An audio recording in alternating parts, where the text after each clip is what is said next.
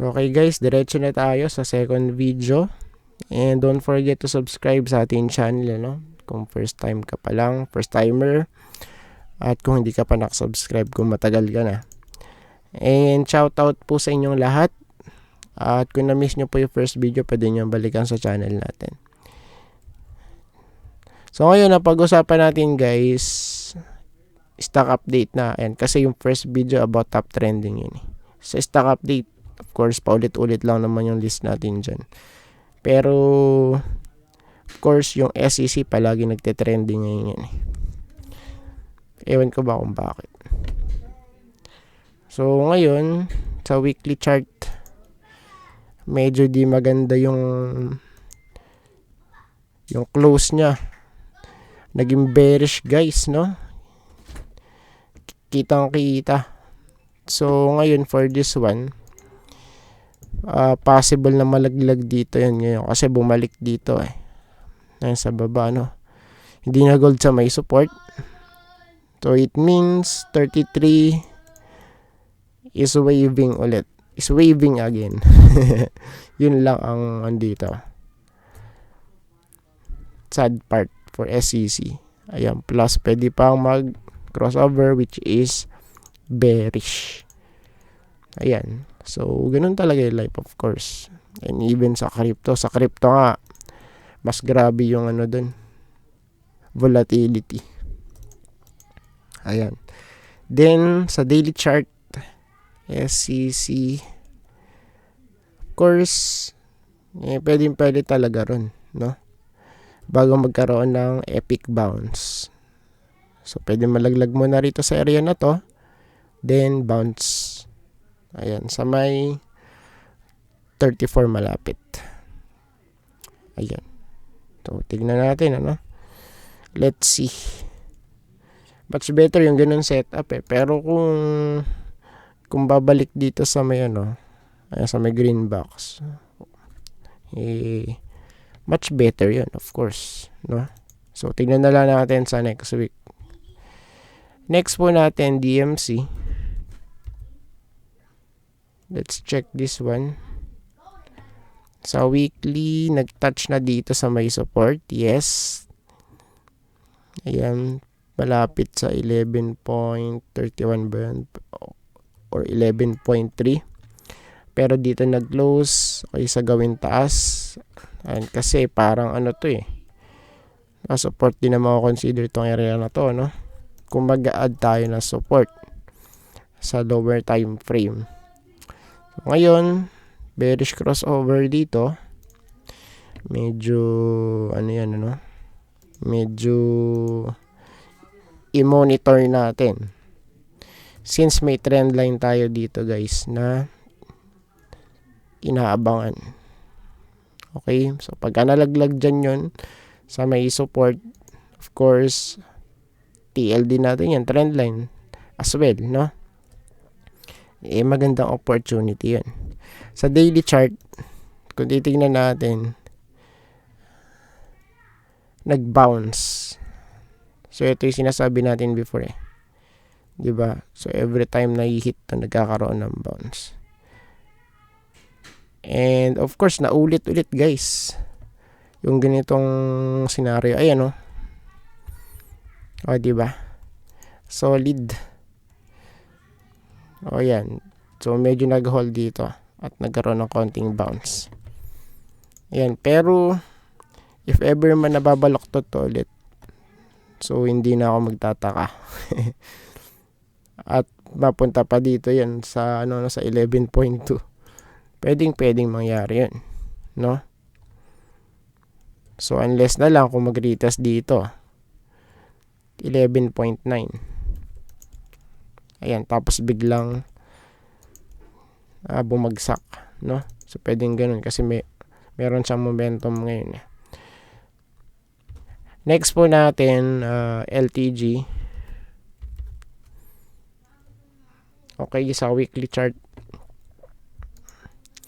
Medyo nag-hold naman dun sa may support. And as well, sa may taas ng 200-day moving average. Pero,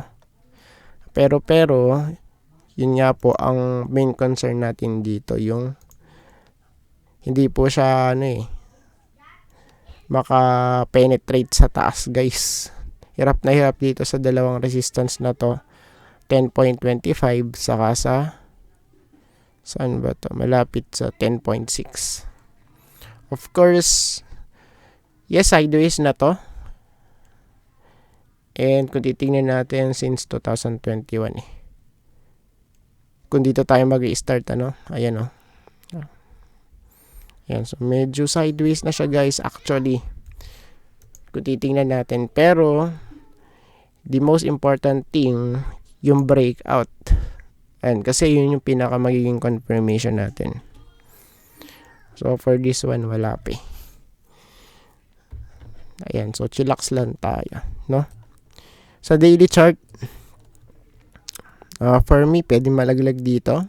Much better kung mag-touch pa malapit dun sa may 200-day moving average. Malapit po yun sa 9.81. Yung closing niya, 10.04. Ayan. So as of today, still goods, yes. Why? Yung price niya is above 200-day moving average. Base po dito sa chart natin, sa daily chart, no? So yun naman yung kinagandaan. Even though na hindi makapenetrate sa taas, pero nag-i-stay naman dun sa may taas ng 200-day moving average. So time will tell, of course, for this one, no? TEL, check natin. And so sa weekly tayo. Nag-touch, okay, and kung titingnan natin, guys, medyo nagkaroon na ng weak. It means bounce to sa maybe sa daily chart, makita natin yan. Ayun, nag-touch tapos bumalik dun sa may taas ng 200-day moving average. So tingnan natin ngayon kung magta-touch ba ulit dito next week. Okay? So pwedeng ganun kasi maging scenario for this one, no? Pwedeng bumalik doon malapit sa may trend line, yung next candlestick. Sa daily chart, so ito na yung sinasabi nating bounce. Ayan, kasi strong strong support yan. Of course, maraming confluence, no? Ayan. And of course, since nag-bounce, pwedeng masundan pa yan at mag-retest dito sa may resistance, malapit sa 1,500. Next natin, TEL, tapos ALI. Let's check this one. Of course, silipin natin. Nasa support, yes. So, ito yung sinasabi natin. So, ngayon, nasa loob na siya ng ng green box. Nag-close nga doon. Pero ang masama, pag nag-print na po yan ng lower low. So, especially dun sa baba nung support sa horizontal natin. So, ano ibig kong sabihin? Pagka nalaglag yan, pwede nang, yan, kumbaga malaglag dito. 33.55 at least. Ayan, sa may loob ng green box, no? And remember, of course, nakakita na tayo dito ng ng pangitain. ano? So, hindi naman pangitain kasi ito po talaga yung galawan ni ALI since 2022 pa to. Ayan. Kaya kumbaga may hint tayo. So, unless na lang kung talaga super bullish na to. O, diba? So, medyo predictable na kasi. So, unless na nga lang kung biglang, magganyan yung itsura. O, diba? So, for this one, let's see. No? Sa daily chart, check natin. Sa support naman Yes, of course, nasa support. Bounce, yes, pwede rin. So, tignan natin sa next week. Ayan. Kung magbabounce, meron tayong slight chance, na dito, na mag-stay. Pero, pagka talaga, yan, kumbaga nalaglag kasi, so, ito na yung trend niya lower highs and lower lows na yan no?